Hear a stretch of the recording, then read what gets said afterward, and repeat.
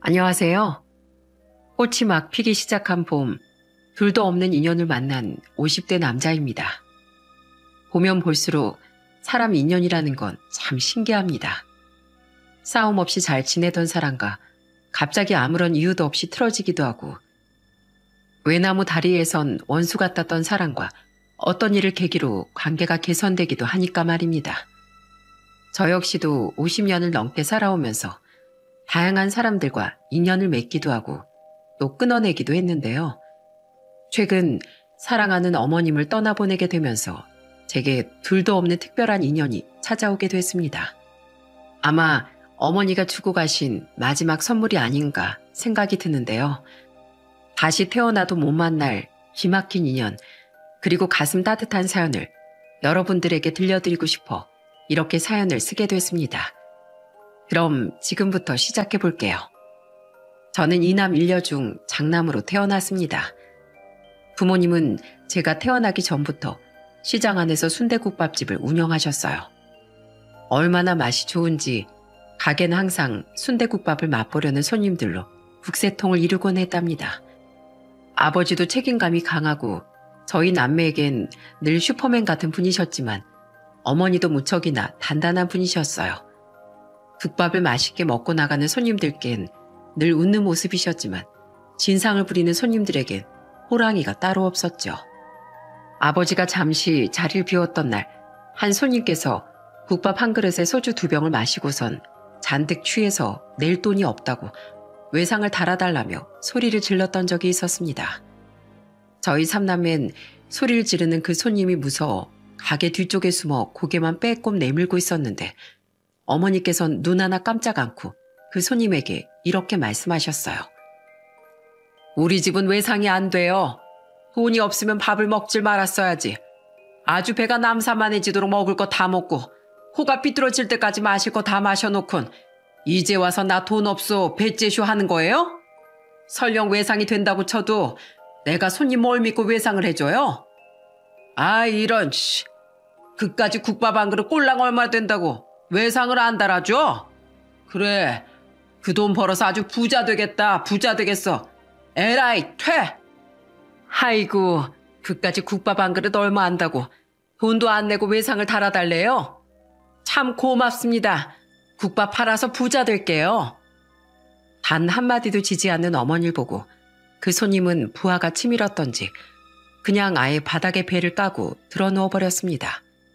어머니는 그런 손님을 보면서 박장대소를 하더니 바로 파출소에 신고를 하셨고 그 손님은 아주 우스꽝스러운 모습으로 찾아온 경찰분들에게 짐짝처럼 질질 끌려나가셨답니다.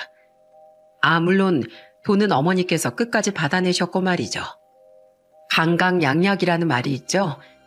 강한 자에겐 강하게, 약한 자에겐 약하게. 어머니는 그런 분이셨습니다.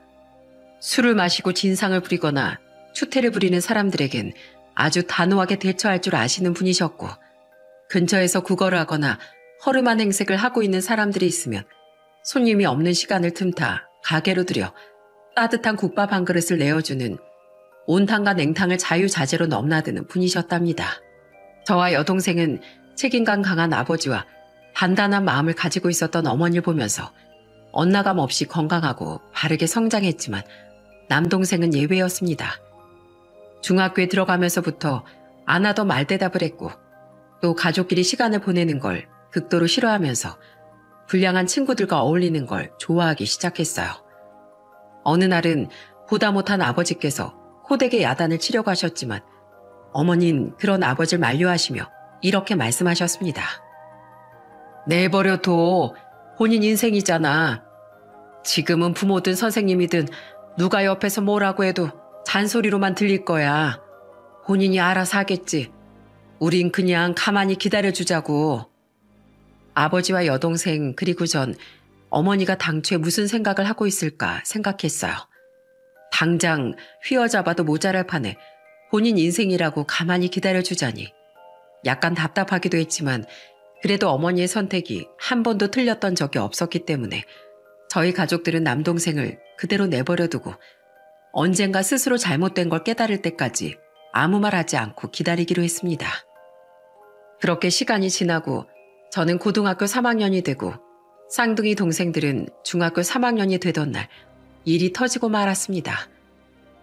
남동생이 학교에서 친구들과 작은 사고를 치고 걸리게 된 것이었죠. 가게에서 전화를 받은 어머니는 학교로 불려가셨고 마침 학교를 일찍 마치고 가게에 있었던 저도 가게 문을 급하게 닫고 나서 어머니의 뒤를 따라 나섰어요. 그리고 짧은 면담을 끝내고 나서 어머니께선 동생의 담임 선생님께 이렇게 말씀하셨습니다. 선생님, 죄송하지만 오늘은 저희 애 좀 먼저 데리고 갈게요. 학교에 있어봐야 어차피 공부에 집중도 안 될 테고 집에 가서 아주 따끔하게 혼쭐을 내주려고요. 담임 선생님께선 어머니의 말에 당황한 듯 하셨지만 이내 조퇴를 허락해 주셨고 그렇게 동생을 데리고 학교 정문을 빠져나온 뒤 어머니께선 동생과 따로 갈 곳이 있으니 저보고 먼저 집에 가 있으라고 말씀하셨어요. 문호야, 엄마랑 동생이랑 어디 잠깐 들릴 데가 있으니까 먼저 집에 가 있어. 해지고 나서 들어갈 것 같다. 어차피 오늘 아버지도 안 계시니까 가게는 오늘 하루 쉬는 걸로 하자. 알겠어요, 어머니. 먼저 집에 가 있을게요. 다 이유가 있겠지 하며 집으로 먼저 돌아왔고 정확히 해가 저물었을 쯤 어머니와 남동생이 집으로 돌아왔습니다. 그런데 집으로 들어오는 남동생과 어머니의 손에 새 옷이며 가방이며 신발이며 온갖 쇼핑백이 잔뜩 들려있더라고요. 그 모습을 본 여동생과 전 당황할 수밖에 없었습니다. 문을 열고 들어오는 남동생의 표정은 얄미울 정도로 의기양양했고 말이죠. 이게 다 뭐예요, 어머니? 아까 들릴 거라고 하신 게 백화점이었어요? 엄마가 나 갖고 싶다는 신발이랑 티셔츠까지 다 사줬다? 그것도 브랜드로. 완전 부럽지? 야, 너 조용히 안 해? 뭘 잘했다고?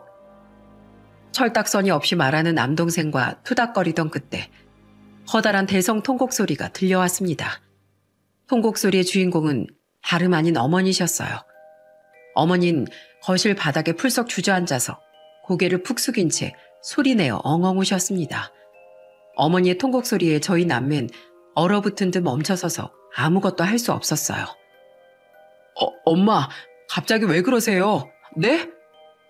남동생이 당황하며 어머니 쪽으로 다가갔지만 어머니는 아무런 대답도 하지 않은 채로 눈물만 펑펑 흘리셨습니다. 그제서야 심각성을 깨달은 남동생은 어머니 앞에서 무릎을 꿇고 눈물을 흘리며 잘못했다고 빌기 시작했습니다. 제가 잘못했어요, 엄마. 사고 쳐서 엄마 학교까지 오시게 만들고 다신 안 그럴게요, 엄마. 죄송해요. 이젠 정말 사고도 안 치고 말 잘 듣고 공부 열심히 하는 아들 될게요. 어머니가 우는 모습이 적잖게 충격이었던지 그날 이후부터 남동생은 질이 나쁜 친구들과 어울리지 않았고 안 하던 공부를 하기 시작했어요. 물론 뒤늦게 시작한 공부라 많이 힘들어하긴 했지만 말이죠. 어머니는 모든 상황을 현명하게 대처하고 옆에서 알려주는 것이 아니라 스스로 깨달을 수 있게끔 하는 분이셨습니다. 시간이 지나 20살이 된 전 서울에 있는 대학으로 진학해 정든 고향을 떠나 상경을 하게 됐습니다.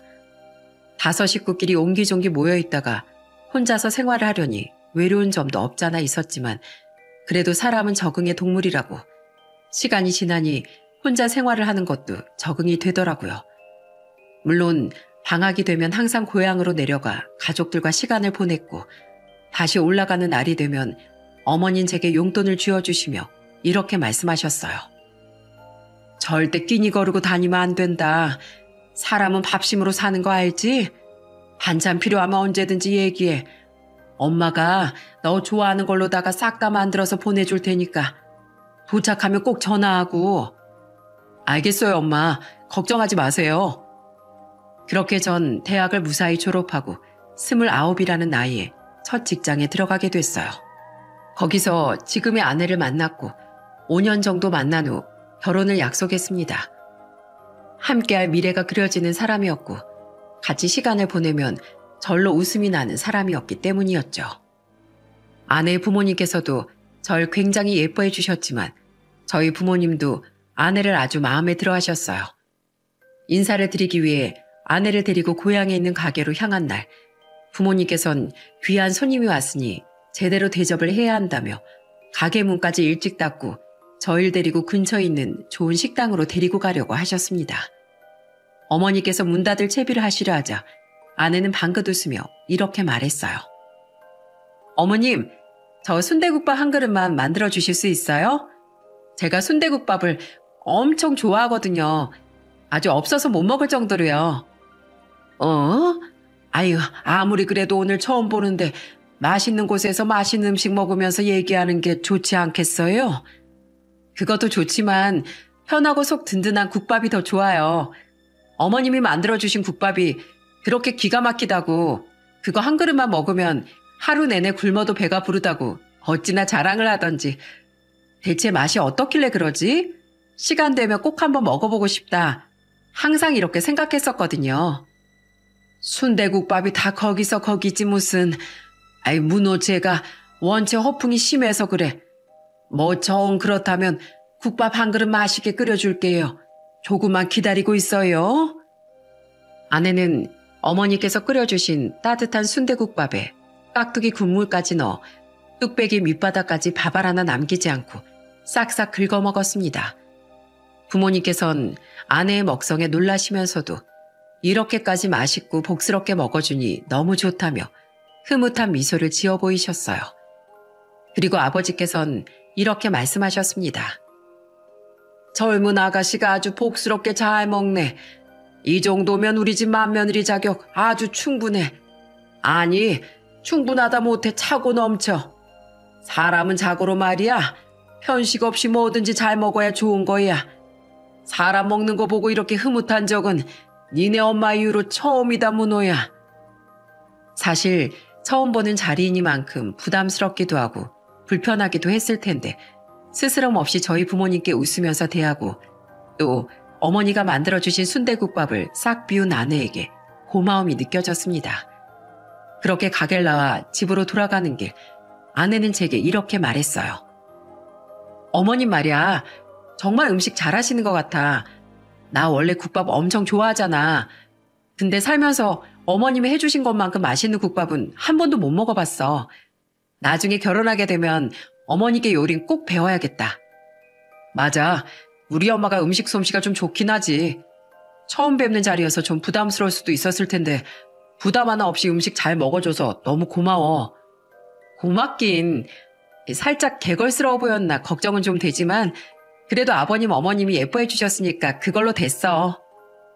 양가 부모님들께 서로 좋은 이미지를 심어준 저흰 상견례까지 완벽하게 마친 후 모두의 축복 속에서 결혼식을 올리게 되었어요. 그리고 허니문 베이비까지 찾아와 줬답니다. 손주가 생겼다고 말씀드리니 저희 부모님은 드디어 우리도 할머니 할아버지가 되는 거냐며 눈물을 지으셨어요. 역시 오래 살고 볼 일이야. 내 친구들 손주 자랑하는 거 듣고 있으면 마냥 부럽기만 했었는데 이제 나도 자랑할 수 있겠네. 그럼요 엄마. 나중에 우리 달콩이 태어나면 친구분들한테 꼭 자랑하세요. 얘가 우리 손주다. 이뻐 죽겠지? 하면서요. 함이고 나지고 자랑하고 다닐 거야. 그나저나 이제 조금 있으면 입덧도 심해질 텐데 벌써부터 걱정이다 얘. 입덧하면 살도 막 빠지고 조금만 먹어도 바로 올라오고 하거든. 네가 옆에서 잘 챙겨줘야 한다. 알겠지? 아이고 엄마, 옆에서 아주 극지인님 오실 테니까 걱정 붙들어 매세요. 나중에 한번 내려갈게요. 원래 아이를 가진 지 2달 정도가 지나고 나면 본격적으로 입덧이 시작되잖아요. 그 시기가 가장 괴롭다는 건 익히 들어서 잘 알고 있습니다. 그런데 아내는 다행히도 입덧이 찾아올 시기에 먹덧이 찾아와 줬어요. 음식을 먹지 못하고 냄새만 맡아도 구역질을 하고 토하고 이런 가정들을 겪지 않아도 됐던 거죠. 그런데 문제가 하나 있었습니다. 먹덧이 찾아와서 잘 먹는 것까진 참 좋은데 어머님이 만들어주신 순대국밥을 그렇게도 먹고 싶어 하는 것이 가장 큰 문제였어요. 어느 날은 저희 가게 순대국밥이 너무 먹고 싶다며 새벽같이 일어나 엉엉 울기까지 하더라고요. 어머니께서 만들어주신 순대국밥 먹고 싶어. 이 시간에? 내가 24시 국밥집이라도 가서 사올까? 근처에도 맛있는 집 있으니까. 싫어. 어머님이 만들어주신 것보다 감칠맛도 떨어지고 맛도 없단 말이야. 내 입엔 어머니께서 만들어주신 순대국밥이 세상에서 제일 맛있다고. 알았어. 지금은 어머니 주무실 시간이니까 나중에 아침 되자마자 연락드려 볼게. 그리고 다음날 날이 밝자마자 어머니께 전화를 드렸고 자초지종을 설명했습니다. 아내가 입덧 대신 먹덧이 찾아왔는데 밤이든 낮이든 새벽이든 가리지 않고 시종일관 우리 가게 순대국밥만 찾아댄다고 말이죠. 그 소리를 듣자마자 어머님 박장대소하시며 이렇게 말씀하셨습니다. 아이고, 내가 새아가 때문에 못 산다. 못 살아. 알았어. 엄마가 끓여가지고 바로 먹을 수 있게 국물이랑 순대랑 이것저것 가득 싸가지고 택배로 보내줄게. 지금은 조심해야 할 시기니까 나중에 안정기 접어들면 가게로 직접 먹으러 와. 그렇게 어머니께선 직접 만드신 육수와 순대 등을 꼼꼼하게 포장해서 보내주셨고 그렇게 기다리던 순대국밥을 한 입 먹은 아는 정말 좋아서 어쩔 줄을 몰라 했어요. 어머니가 만들어주신 국밥이 저렇게 좋을까 싶은 마음에 신기하기도 했고 맛있게 먹어주는 아내가 귀엽기도 하더라고요. 그렇게 아내가 만삭에 접어들었을 무렵 저희 가족에게 청천벽력 같은 일이 일어나고 말았어요. 건강 하나만큼은 늘 자부하셨던 아버지께서 집에서 갑작스럽게 쓰러지신 것이었죠. 아버진 급히 서울에 있는 대학병원까지 옮겨졌고 여동생으로부터 그 소식을 들은 저희 부부는 급히 아버지가 계시는 병원 중환자실 쪽으로 향했습니다. 그곳엔 힘없이 주저앉아 고개를 푹 숙이고 계시는 어머니와 눈물을 흘리고 있는 동생들이 있었어요. 대체 이게 무슨 일이에요? 아버지 아무 문제 없이 건강하셨잖아요. 근데 갑자기 왜? 계속 머리가 지끈거린다고 하더니 나중엔 화장실 들어가서 토까지 하더라고. 그렇게 계속 비틀거리면서 화장실을 들락거리다가 쓰러지셨어. 그래서 원인이 뭐래? 대체 뭐길래 거기서 여기까지 온 거야? 뇌출혈이래. 뇌출혈 골든타임이 3시간 정도인데 아빠 너무 늦게 와서 어떻게 될지 모르겠대. 우리 아빠 어떡해? 얼마나 아팠을까? 뇌출혈은 제때 치료를 하지 않으면 회복될 가능성이 거의 없다는 걸 알고 있었지만 그래도 마음 한켠으로 작은 기적이 일어나길 바랬습니다. 하지만 가족의 바람에도 불구하고 아버진 결국 뇌사 판정을 받게 됐어요. 아버지께 마지막 인사를 건네는 게 좋겠다는 의사 선생님의 말에 저희 가족은 다 같이 중환자실로 들어갔습니다. 아버진 마치 주무시는 것처럼 편안한 얼굴이셨어요. 저는 아버지의 손을 꼭 잡고서 이렇게 말했습니다. 아버지, 손주 얼굴이라도 한번 보고 가시지. 많이 보고 싶어 하셨잖아요. 평생 저희 집 기둥이 되어주셔서 감사했어요. 거기선 아프지 마시고 저희도 잘 지내고 있을 테니까 하늘에서 잘 지내나 못 지내나 꼭 지켜봐 주셔야 돼요. 아셨죠? 여보, 우리 같이 산 지 30년이 넘었네. 그동안 같이 장사하면서 볼 꼴 못 볼 꼴 다 보고 살았는데 그치? 그래도 당신이랑 함께하는 세월 동안 이렇게 든든한 자식들도 셋이나 낳고 예쁜 며느리도 보고 참 행복했어. 다음 생에 다시 만나게 되면 그땐 좀 더 내 옆에 오래 있어줄 거지? 애들이랑 새아가 내가 잘 챙길게. 그러니까 아무 걱정하지 말고 다 내려놓고 바람 타고 훨훨 떠나. 나도 머지않은 날에 갈 테니까 그때까지 잘 지내고 있어. 알겠지? 많이 사랑해, 여보. 아버진 그렇게 세상을 떠나셨습니다. 준비되지 않은 갑작스런 이별은 정말 심적으로 많이 힘든 일이더라고요. 아내는 홀몸이 아니었고 더군다나 만삭이었기에 충분히 힘들었을 법도 한데 장례를 치르는 내내 단 한 번도 힘든 기색을 내비치지 않았습니다. 오는 조문객을 맞았고 또 조문객들의 식사까지 일일이 들고 나를 정도였죠. 그 모습을 보고 힘들지 않냐고 물었을 때 아내는 제게 이렇게 대답했어요.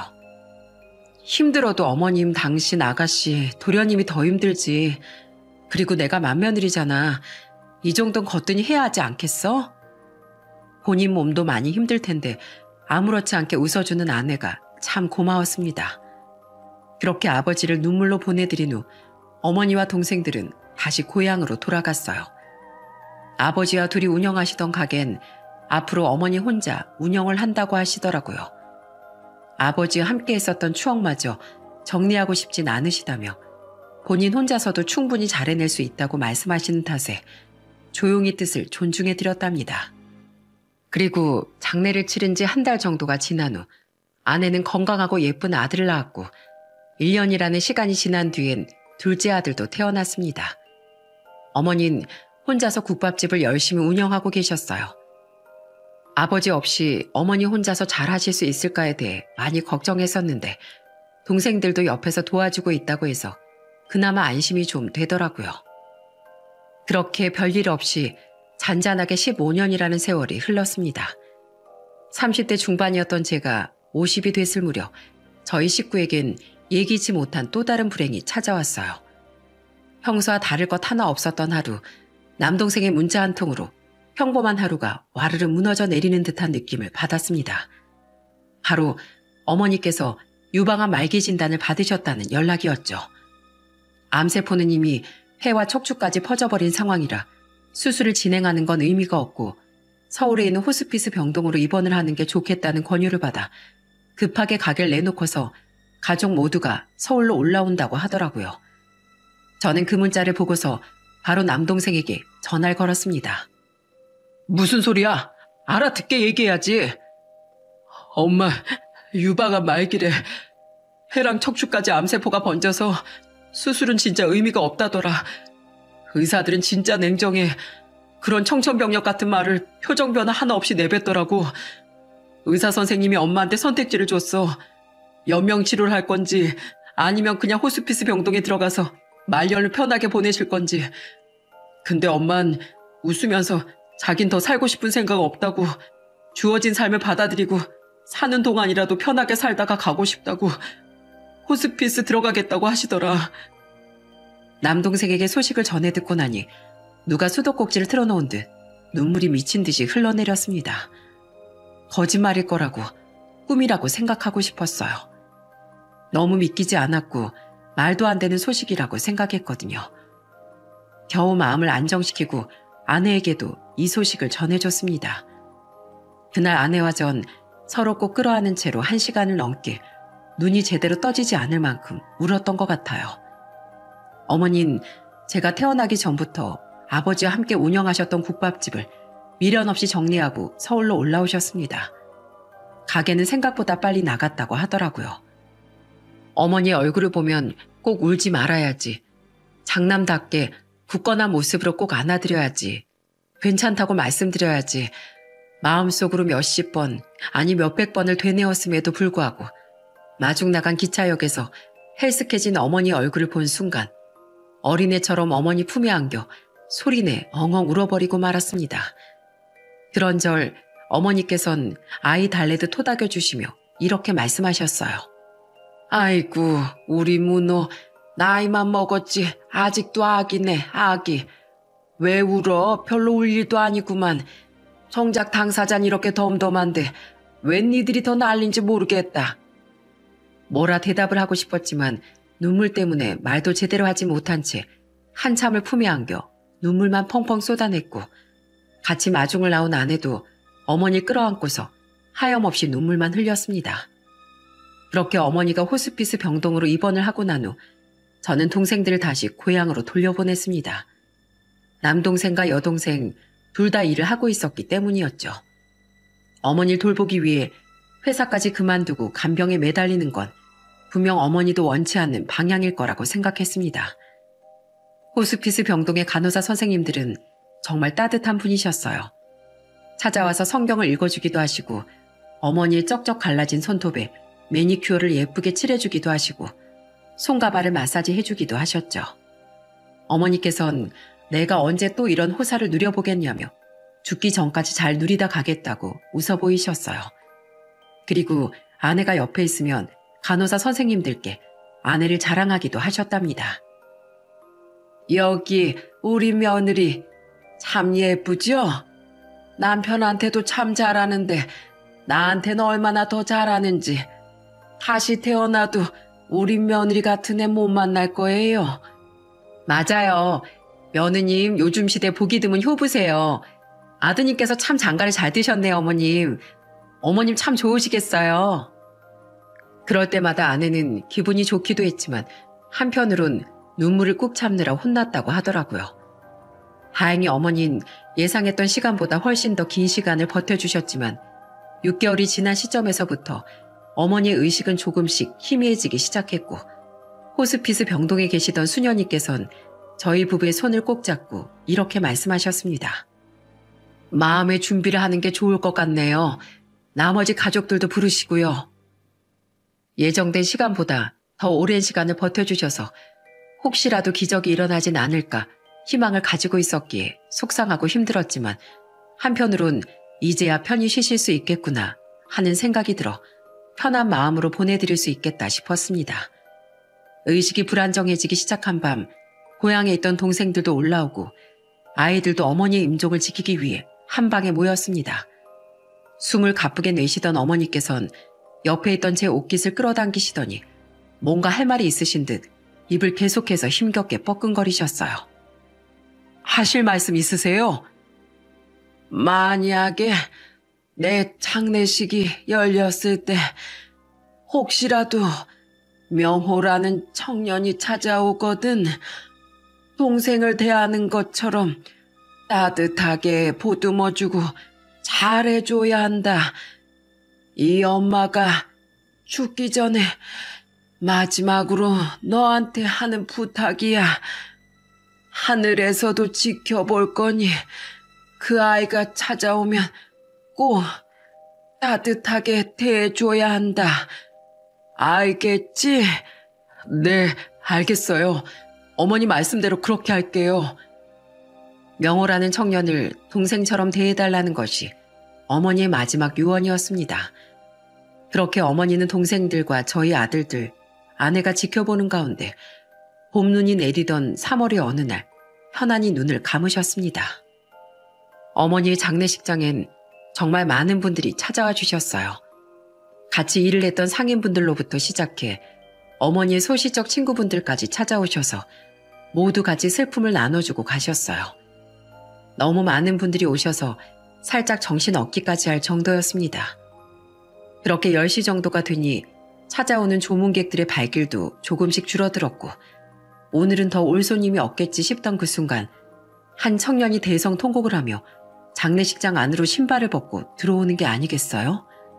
그리고선 어머니의 영정사진 앞에서 주저앉은 채 나라를 잃은 사람처럼 큰 소리로 오열하는데 저와 동생들, 아내와 아이들까지 모두 당황스러워하며 어쩔 줄을 몰라 했습니다. 너무 심하게 우는 바람에 이러다 추상 한 번 더 치르겠구나 싶어 저는 황급히 달려가 그 청년을 달래며 물었습니다. 저기 늦은 밤에 이렇게 찾아와서 같이 울어주고 슬퍼해 주시는 건 정말 감사한데요. 실례지만 누구신데 이렇게까지 슬퍼하시는지. 죄송합니다. 많이 당황스러우셨죠? 처음 뵙겠습니다. 전 김명호라고 합니다. 명호라는 이름을 듣는 순간 제 머릿속에서 뭔가 반짝하고 터지는 기분이 들었어요. 어머니의 마지막 유언에서 들었던 그 이름, 엉엉 우는 그 모습을 보자마자 어머니가 말씀하셨던 청년이구나 싶은 생각이 들었습니다. 저는 명호 씨의 이름을 듣고서 등을 살살 어루만져줬어요. 당황스럽긴요. 울고 싶은 만큼 실컷 울다가요. 눈물은 참으면 나중에 가슴속에 응어리져서 남는다고 했어요. 그러니까 펑펑 울어요. 명호 씨는 제 목소리에 울컥한 듯 한참을 더 소리내어 울다가 이내 감정을 추스른 듯 자리에서 일어났습니다. 저는 그런 명호 씨를 데리고서 아무도 없는 식당 쪽으로 이동했어요. 조용한 공간에서 명호 씨와 얘기를 나누고 싶었습니다. 어머니와 얼마나 특별한 인연이 있는 것인지 궁금하기도 했고 말이죠. 어떻게 얘기를 꺼내야 할까 생각하다 조심스럽게 입을 열었습니다. 어머니께서 유언을 안기셨어요. 만약 장례식이 열리고 명호라는 이름을 가진 청년이 찾아오면 친동생처럼 따뜻하게 대해주라고, 마지막 부탁이라고. 대체 얼마나 특별한 인연을 가진 사람이길래 유언으로 동생처럼 대해달라는 말씀을 하실까 많이 궁금했어요. 근데 아까 명호 씨가 대성 통곡하는 거 보고 나니까 살아생전 어머니 어떤 인연이었는지 더 궁금해지더라고요. 실례가 안 된다면 물어봐도 될까요? 전 아주 어릴 때 부모님이 이혼하셨어요. 할아버지 말씀으론 엄만 이혼하자마자 바로 다른 사람이랑 살림을 차렸고 아버지 혼자 어린 절 맡아서 키우셨대요. 그래도 엄마 없이 자랐다는 소리는 안 듣게 하고 싶어서 정말 열심히 돈을 벌어오셨다고 하더라고요. 잠도 거의 안 자고 마치 돈 버는 기계처럼요. 근데 하늘에서 성실한 사람이 필요했나 봐요. 제가 3살 되던 때 아빠는 음주운전 뺑소니 사고로 그 자리에서 돌아가셨대요. 너무 어릴 때라 기억도 제대로 안 나요. 엄만 다른 남자랑 살림 차려서 나간 지 오래고 아빤 돌아가시고 전 이제 막 걸음마 떼고 말하기 시작했고 주변 사람들이 할아버지한테 그랬대요. 제 고아원 보내라고. 근데 할아버지랑 할머니는 차마 그렇게 할 수가 없었대요. 제 눈이 너무 반짝반짝 빛나고 있어서 그리고 죽은 자식한테 못할 짓 하는 것 같아서 그런 사연이 있었군요. 할아버지랑 할머니는 형편이 좋지 않은 분이셨어요. 저 하나 걷어 키울 형편도 안 됐지만 그래도 절 포기할 수 없어서 데리고 오신 거예요. 그렇게 아버지가 돌아가시고 전 할머니 할아버지랑 같이 살게 됐죠. 할아버지랑 할머니는 맨날 첫날 리어카 끌고 폐지랑 공병을 주우러 다니셨고 저는 너무 어려서 할아버지 할머니가 오시기 전까지 맨날 대문 앞에 쪼그려 앉아 기다리고만 있었어요. 그러다 깜빡 잠들기도 하고 눈 떠보면 할머니가 따뜻한 손으로 제 얼굴을 어루만지면서 자장가를 불러주고 계셨어요. 다른 건 몰라도 그거 하나만큼은 선명하게 기억이 나요. 좋은 기억이었나 봐요. 지금까지 생각이 날 만큼. 할머니는 참 따뜻한 분이셨어요. 어릴수록 잘 먹고 커야 된다면서 저한테 맛있는 소시지 반찬이나 고기 반찬을 해주시곤 하셨거든요. 자주는 아니었지만 제가 좋아하는 반찬이 나올 때마다 할머니한테 뽀뽀를 해드리곤 했어요. 지금 생각해보면 가끔 해드리는 그 뽀뽀를 좋아하셨던 것 같아요. 그렇게 저한테 한없이 따뜻하기만 하셨던 할머니는 제가 9살이 되던 해 노안으로 돌아가셨어요. 9살이면 그래도 어느 정도 알 건 다 아는 나이잖아요. 세상이 무너져 내리는 것 같았어요. 그래서 막 울었는데 할아버지가 그러시더라고요. 너 그렇게 울면 니네 할머니 너 두고 마음 편하게 못 간다고. 그 말에 거짓말처럼 울음이 딱 멈추는 거 있죠? 할머니가 돌아가신 건 너무 슬펐는데 그래도 이왕 가시는 거 마음 편히 가셨으면 좋겠다고 생각했었나 봐요. 그렇게 할머니가 돌아가시고 할아버지랑 둘이 살기 시작했어요. 명호 씨가 담담하게 얘기를 해나가는데 이 말을 아무렇지 않게 할 수 있게 되기까지 얼마나 많은 노력을 했을까 싶어서 마음 한구석이 쓰려왔습니다. 할아버지랑 둘이서 살기 시작했을 때부터 저도 폐지랑 공병 줍는 걸 돕기 시작했어요. 비가 오든 천둥이 치든 눈보라가 치든 상관없이요. 비 오고 눈 오는데 공병이랑 폐지를 주우러 다녔어요. 돈 버는데 날씨가 무슨 상관이 있겠어요. 비가 올 때도 눈이 올 때도 우산이나 우비 하나 없이 그렇게 열심히 고사리 손으로 공병이랑 폐지를 주웠어요. 지나다니는 사람들은 다들 할아버지와 절 미친 사람들 취급했고요. 근데 저희를 유일하게 따뜻한 손길로 감싸준 분이 계셨어요. 그게 바로 고 사장님이셨습니다. 저는 그 말을 듣고 깜짝 놀랄 수밖에 없었습니다. 어머니는 한 번도 누군가를 도와줬다는 얘기를 하신 적이 없었거든요. 아까 명호 씨를 봤을 때 누군지 못 알아봤던 걸로 봐선 동생들도 명호 씨의 존재를 모르는 것 같았어요. 저희가 비 오는 날 폐지를 주우러 다니면 저희가 있는 곳까지 와서 모아둔 폐지나 빈 소주병들을 리어카에 실어주셨고 비에 젖지 않게끔 비닐까지 야무지게 씌워주셨어요. 그리고 할아버지랑 제게 우비까지 주시면서 비 오는 거 맞지 말고 이거라도 쓰고 다니라고 말씀해 주셨죠. 그리고 더운 날엔 더위 먹지 말라고 물을 먹기 좋게끔 얼려주시기도 했고요. 그리고 아주 가끔씩 하굣길에 고 사장님을 마주치면 아이스크림이라도 사 먹으라며 용돈을 쥐어주시기도 하셨어요. 한겨울에 할아버지랑 리어카를 끌고 가면 따뜻한 국밥이라도 한 그릇 하고 몸 좀 녹이고 가라면서 순대국밥도 2그릇 내주셨는데 저희한테 무슨 일이 있어도 돈을 안 받으려고 하시더라고요. 할아버지가 계속 사람이 밥을 먹었으면 값을 치러야지 하면서 돈을 내려고 해도 아이고 영감님 됐어요. 이러시면서 극구 사양하시던 분이셨어요. 고 사장님은. 명호 씨는 은은하게 미소를 띄우더니 이내 충격적인 말을 이어가기 시작했습니다. 그렇게 시간이 흘러 17이 되던 해 유일한 가족이었던 할아버지마저 기관지 질환으로 세상을 떠나셨다는 것이었어요. 17은 이제 막 사춘기가 시작될랑 말랑하는 시기잖아요. 딱 그때 할아버지가 돌아가시니까 정말 미쳐버리겠더라고요. 세상에 내 편이 아무도 없는 기분 있잖아요. 어차피 이제 내 옆엔 아무도 없고 날 챙겨줄 사람도 없고 내가 엇나가도 바로잡아줄 사람, 야단쳐줄 사람도 아무도 없으니까 인생 막 살자, 엉망진창으로 살아보자 한번 이러고서 17봄부터 완전 노는 친구들이랑 어울려 다니면서 온갖 나쁜 짓이란 나쁜 짓은 다 하고 다녔던 것 같아요. 같은 학년 애들 돈 뜯어가는 건 기본이고 그때 담배도 배웠고 소주 마시는 법도 배우고 새벽에 오토바이도 막 타고 다니고 진짜 쓰레기 짓이란 쓰레기 짓은 혼자 다 하고 다녔어요. 아마 그때 할머니 할아버지도 하늘에서 보시면서 가슴을 치셨을 거예요. 저놈의 자식 저거 왜 저러나 하고 방황을 제대로 했네요. 충분히 심적으로 힘들면 엇나가게 되는 게 사람이니까 이해해요.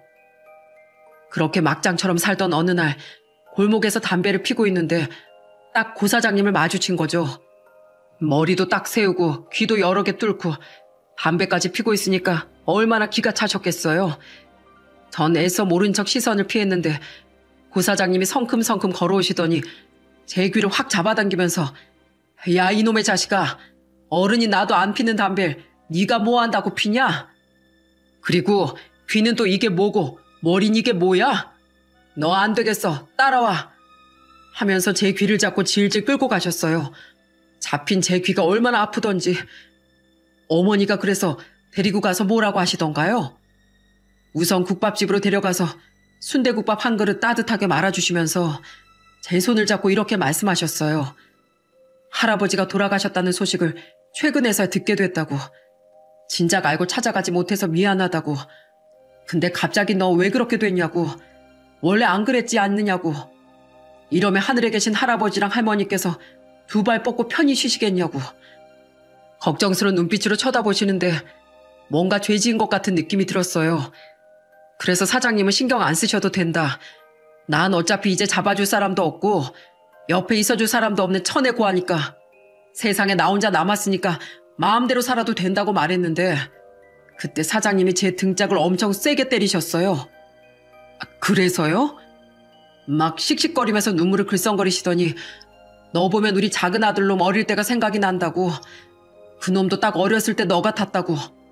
지금은 멋 모르고 노는 친구들이랑 어울려 다니는 게 마냥 좋을지 몰라도 지금 술 담배 하면 나중에 분명히 후회한다고. 내가 봤을 때 너 머리도 영특하고 성격도 좋아서 뭘 해도 될 놈이라고. 그리고 네가 왜 혼자냐고.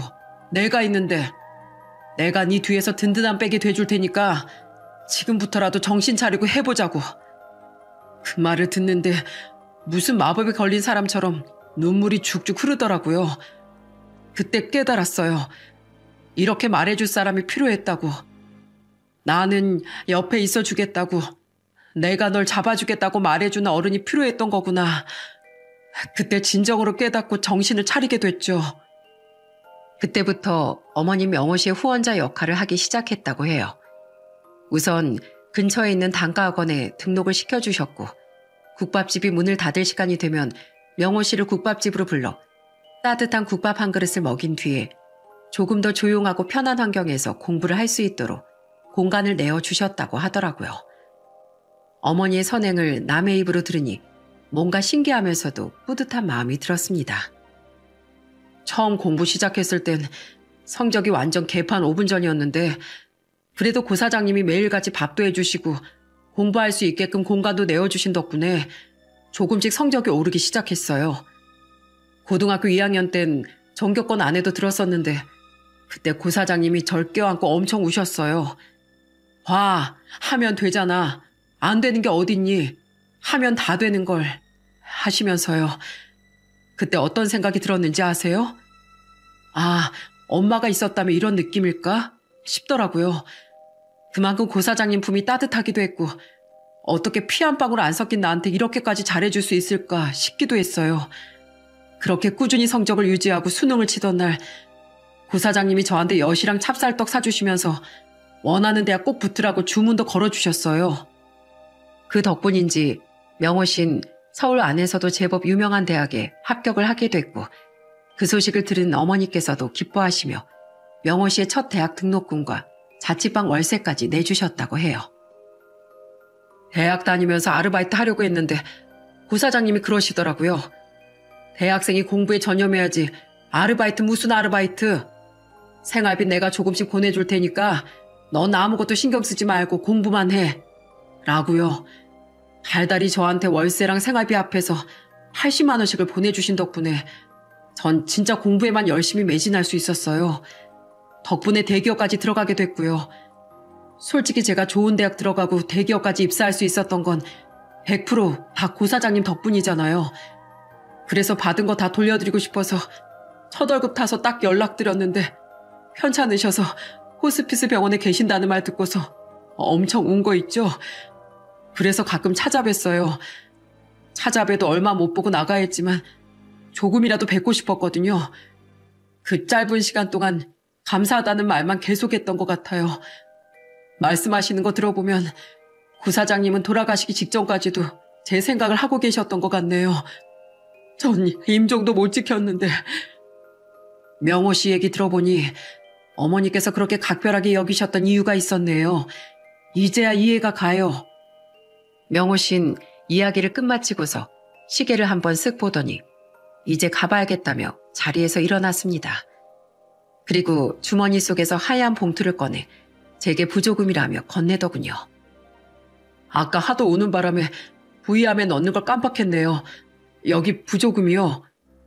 와줘서 고마워요. 혹시 연락처 받을 수 있을까요? 어머니와 특별한 인연이면 저한테도 특별한 사람이니까요. 저희는 그렇게 휴대폰 번호를 교환하고 헤어졌고 명호 씨가 건네준 부조금을 부위함에 넣으려는데 뭔가 이상하다 싶은 생각이 들었어요. 봉투의 두께가 심상치 않았거든요. 혹시나 싶은 마음에 살짝 봉투를 열어보는 순간 저는 깜짝 놀라 기절할 뻔했습니다. 봉투 안에 100만 원짜리 수표가 무려 30장이나 들어있는 게 아니겠어요? 그리고 그 안엔 작은 편지 하나가 들어있었습니다. 그 편지를 열어보니 아주 짤막하게 고 사장님 가시는 길 여태 받았던 빚을 조금이나마 갚고 싶었다는 내용이 들어있었습니다. 어떤 마음으로 이 봉투에 돈을 넣었을진 100번 이해하지만 그래도 이건 아니다 싶어 봉투를 부위함에 넣지 않고 따로 보관했습니다. 장례가 끝나면 돌려줄 심산으로 말이죠.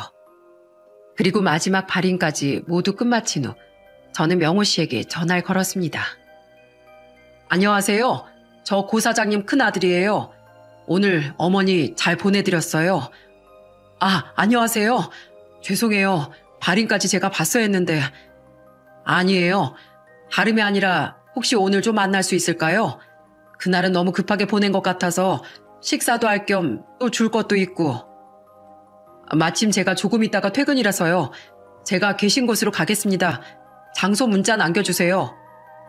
저는 명호 씨에게 집 근처에 있는 작은 카페로 오라고 주소를 남겨줬고 정확히 1시간 정도가 지난 후 명호 씨와 만날 수 있었습니다. 그리고 이걸 어떻게 전해줘야 좋을까 한참 동안 고민하다 가방 안에서 하얀 봉투를 꺼내 조심스럽게 명호 씨의 손에 쥐어주고서 이렇게 말했습니다.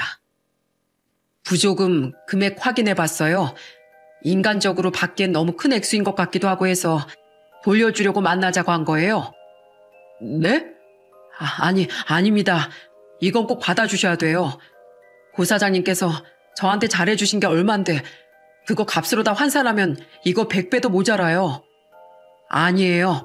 그 돈을 받는 건 어머니도 원치 않으실 거예요. 진짜 고 사장님 아들 같네요. 사실 처음 취업했을 때 고 사장님께 돈을 보냈던 적이 있었어요. 첫 월급 탔다고 용돈 하시라고 보내드린 거였는데 어찌나 전화로 제게 욕을 하시던지 야, 이 녀석아, 넌 이제 막 사회생활 시작한 녀석이 이렇게 큰 돈을 덥석덥석 남한테 줘? 그래가지고 장가 가겠냐 이놈아? 막 이러시면서요. 너무 불같이 화를 내셔서 그때부터 몰래 돈을 모아서 3천만 원을 만들었어요. 이 봉투에 담긴 돈이요. 조의금으로 드리게 될 줄은 몰랐지만 저희 어머니는 명호 씨한테 대가를 받아내려고 도움을 주신 게 아니에요. 그저 진짜 아들 같은 마음으로 진심으로 도와주신 거예요. 그러니까 이 돈은 도로 가져가는 게 맞는 것 같아요. 어머니한테 명호 씨는 그냥 돕고 싶은 마음에 도운 아이, 그 이상의 의미를 가지고 있는 사람이라는 거, 그거 하나만 꼭 기억해 줬으면 좋겠어요. 제가 울먹거리며 말을 끝마치자마자 명호 씨도 참았던 눈물을 터뜨렸습니다. 저희 두 사람은 아무도 없는 조용한 카페에서 누가 먼저랄 것도 없이 서로 꼭 부둥켜 안고 한참을 울었어요. 그리고 부조금은 신랑이 끝에 결국 명호 씨의 품에 꼭 안겨줬답니다. 혹시라도 정말 어머니께 은혜를 갚기 위해서 쓰고 싶다면 어머니가 생전했었던 선행처럼 어려운 사람들에게 기부를 하라는 말도 함께 전해줬습니다.